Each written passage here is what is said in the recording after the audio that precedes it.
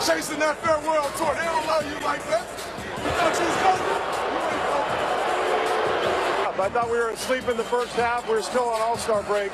Final seconds of the third. Curry putting on moves against Crawford. 1 second left. He fires up. We scored 50? I didn't know that. Paul Pierce took to Twitter to clap back, bringing up that 3-1 lead. So after scoring 49 points in the first quarter, Steve Kerr asked the Warriors to have more emotion in the second half. Draymond did what he does, all fired up, spurring the Warriors' 50-point third quarter on the way to their 123-113 win over the Clippers, who they've now beaten 10 straight times. Max, is Draymond's emotion a good thing for this team? Of course it is. And even better when he harnesses it properly. Yes, of course. But of course his emotion's good for this team. Look, KD is a silent assassin. Steph is like a baby-faced killer, right? Like the kids identify with him, everything. But he's not the loud, vocal leader in the locker room. Klay Thompson's a machine. He's a shooting machine. Where does the emotion come from? It comes from Draymond Green. And he deflects attention, or rather absorbs it, so the other guys are free to be who they want to be. And they don't have to carry that burden. That's Draymond's personality. And if you want to look for evidence, just check out last night's game. Now, the Warriors won handily. But in the third quarter, at the moment that Draymond got the tech, the Clippers were winning 66-61. It was a close game. And then Draymond gets the tech, and the Warriors score 50 points in that quarter. Is that coincidental? He's their emotional leader. Yes, he should harness it better at times, but his emotion, on balance, is excellent for the Warriors. Molly, I know that you've offered all kinds of health remedies for us on this show. Several of them, I think, can be called homeopathic in nature, perhaps even. Yes, I'm into wellness. You're into wellness. Did you know that you can die by drinking too much water? No. Too much water. You can have water poisoning. You can have too much of anything. Of course, Draymond's emotion is good for the Warriors, to a point. And too often, it goes over that point. Too often, Draymond's emotion, which is so often good for them, becomes a negative. Not once, not twice, not at regular season games when he kicks Blake Griffin in the what was it, first quarter, second quarter, kicked Blake Griffin. Not at just meaningless, harmless times, but in the NBA Finals, when his emotion gets the better of him against a guy like LeBron James. We talked about this earlier, Max. Genius always exists on a line. It always exists on an edge. And sometimes it spills over. Now, here's the catch, I think. I don't think the Warriors need Draymond's emotion. I don't think a team that wins 73 games and has Steph, Klay, and Kevin Durant needs or should need to be motivated. Maybe a regular season game against the Clippers in February, perhaps. Come playoff time, do they really need a guy that has the... I'm not talking about Draymond as a player. I'm talking about Draymond as a motivator. Do they really need a guy who has the potential to bark at Steve Kerr like he did last night, to explode in the locker room like he did last year? Draymond's emotion is one of the biggest risk factors for this team. The positive side of it that you talk about, which he does offer, at this point, Max, you could almost say is almost unnecessary. This team is so good, they don't need that. And the negative... The coach doesn't think that's true. Who? The coach doesn't think it's unnecessary. The coach, I mean, Steve Kerr doesn't think it's unnecessary. He implored him for more emotion. Would he say that, really, if he needed Draymond gave it to him. If Steve Kerr had a problem with Draymond's antics, do you think he'd really say it? I don't think that the issue for Draymond is necessarily only, in terms of his emotion, only that he could get suspended in the middle of an important game. I mean, that's acknowledging his importance as a player, incidentally. Yes. You're tacitly acknowledging. But no one would argue he's not important as a player. Well, I mean, okay. We're talking about his emotion. If he got his emotions in check, he'd be even better.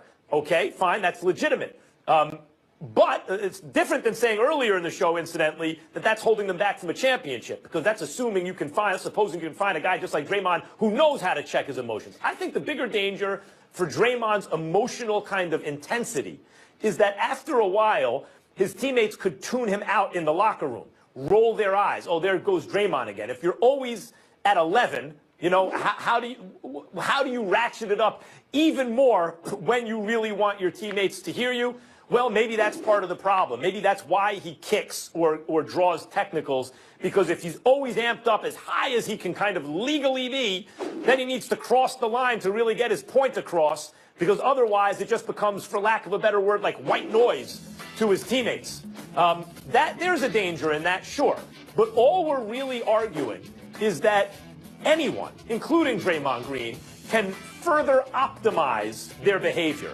That there's always room for improvement. There is room for improvement in Draymond Green in terms of the way he checks his emotions. Sure, he's imperfect, but his emotion generally is not only important, I think it's necessary for this team that otherwise doesn't have it. I think what we're arguing about, Max, is whether or not Draymond not can become better, but whether or not he can control himself.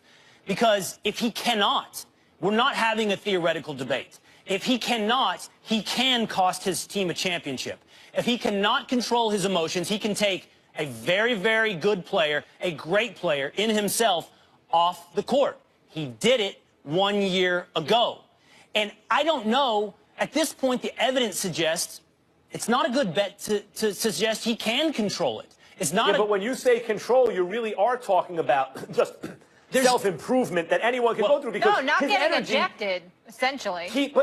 But look, yes, he'd be even better if he always towed the line properly instead of sometimes walking across it, stepping across it. But the reason he's an elite defender at 5 positions is because he's always energetic. So, well, you can be energetic what you're without. Saying, Max, is he's such who else doesn't like him? But he's such a good player that he's worth towing the line and sometimes picking up a tech and things like that. That's essentially what you're saying, right? No, I'm saying that we're trying to divorce what makes him go from we're trying to take that and separate it out and say just control that part. Yes, it would be good if he could take that back a little, but that part, that always that's what makes him so great. As high as he goes. No. That's what makes him. That's why he comes up with the loose balls. That's why he runs the floor and tires out the other side's bigs the way he does. That's why he can switch on everybody. That's why he can guard all those positions and still have the energy to be offensively have an impact. That's why. I think, Max, that is being an apologist for his behavior. I think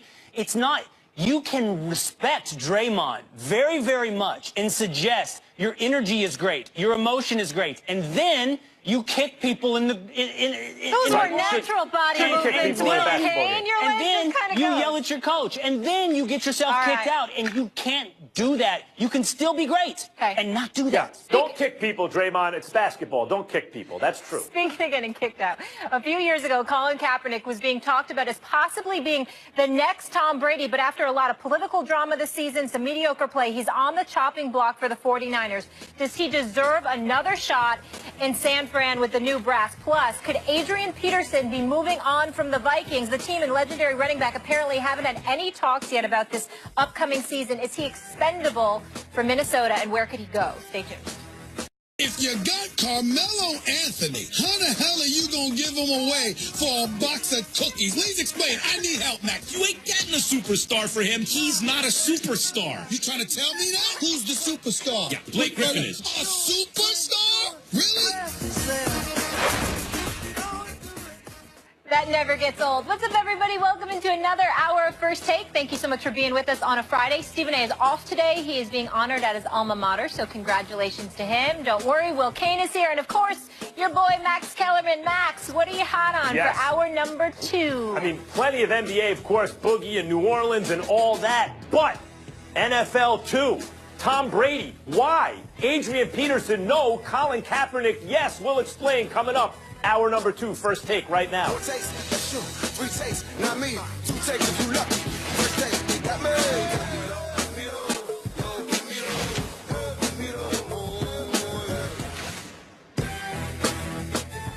About last night, DeMarcus Cousins made his Pelicans debut, and he filled up that stat column with 27 points, 14 rebounds, 5 assists, 5 steals, and 4 blocks. But it came with an all-too-familiar result, a 30-point loss to the Rockets. Cousins, how you feeling? Well, it's obvious we're not used to one another.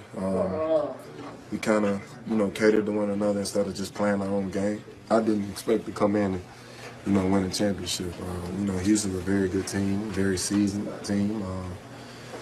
They have their identity, and we're trying to find ours right now. Max, Max, is this 30-point loss a sign of things to come for Fire and Ice? No more than if you write a paper in school, the first draft is what you're going to hand in. I mean, let's remember when KD went to the Warriors early this season, they got blown out by San Antonio. You want to replay that game? The fact is, when you try to integrate a major, especially offensive piece onto a team, incidentally, it's not like they were clicking on all cylinders before the trade. New Orleans isn't a very good team. But when you take a team that's not very good in the first place, try to integrate a major new piece who basically plays the same or very similar position as your best player already plays, you're expecting it to look like it's a finished product. There's an old expression, never show a fool half a job. This is half a job. A lot of fools are going to think that this means bad news for the Pelicans. They keep Boogie Cousins. I expect good things from him and Anthony Davis. Let me be that fool. Should I be that fool? Apparently. It's up to you. Maybe you are. Well, I think you're looking at the wrong box score. I mean, you want to know the answer to this question, whether or not this is a sign of things to come. Omen of things to come, a sign of things to come. I think you should look at this box score. Kings 116, Nuggets 100. I think you got your answer right there. Kings have found addition by subtraction. Pelicans have found subtraction by addition. Now, I'll grant you one game does not tell us where the Pelicans are going to be, at least not in terms of 30-point blowouts.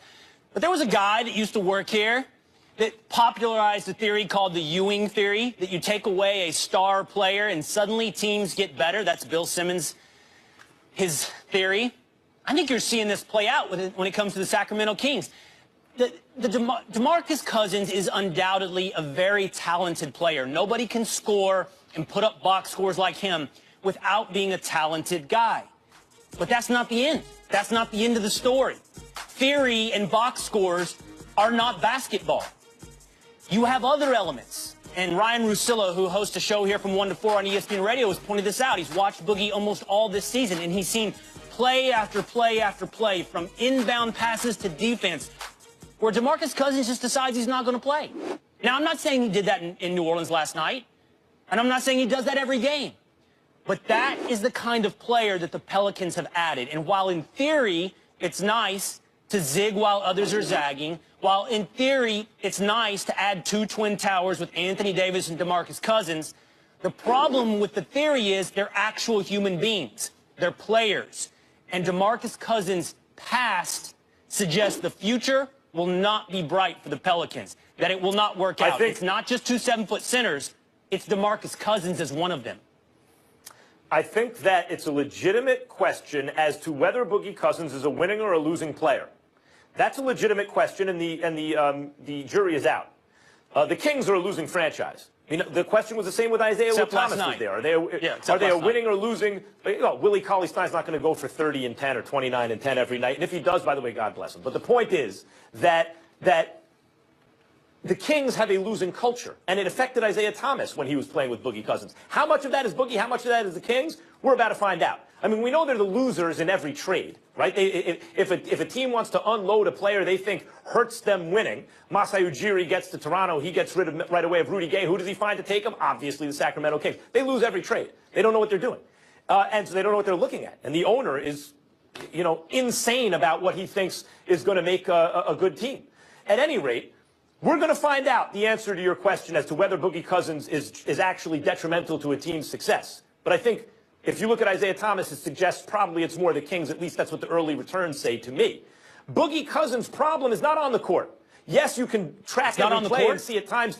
No, it's not. You can track every play and see at times, oh, he didn't play defense there, etc. You can do that for a lot of players.